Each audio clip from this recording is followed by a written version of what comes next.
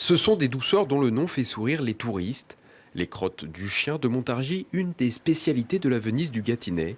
C'est la propriétaire d'une confiserie de la ville qui a flairé le bon coup il y a un peu plus de 50 ans.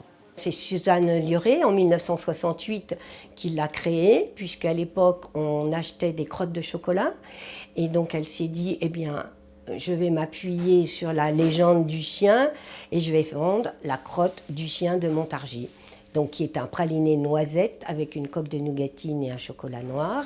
Cette confiserie a hérité des brevets et exploite la recette de cette gourmandise élaborée en Normandie. Enveloppée dans son papier doré, la crotte est un bon filon.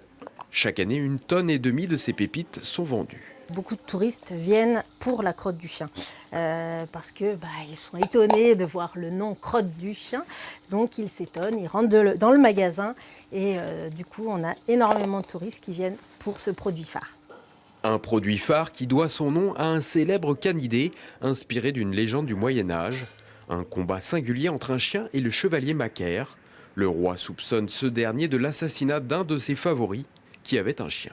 Ce chien, sans doute un lévrier, qui était toujours un chien aimable, était toujours très agressif avec Macaire. Donc le roi, qui a eu des doutes, a décidé le jugement de Dieu, les ordalies. Et donc le jugement de Dieu, c'est un duel. Et Macaire a eu un moment d'inattention dans le duel, le chien lui a sauté la gorge. C'est la scène que l'on voit ici dans la statue de Debris. Et Macaire a avoué son crime et le roi l'a fait pendre. La légende a eu plusieurs versions, de lieux et d'époques, avant de s'ancrer à Montargis.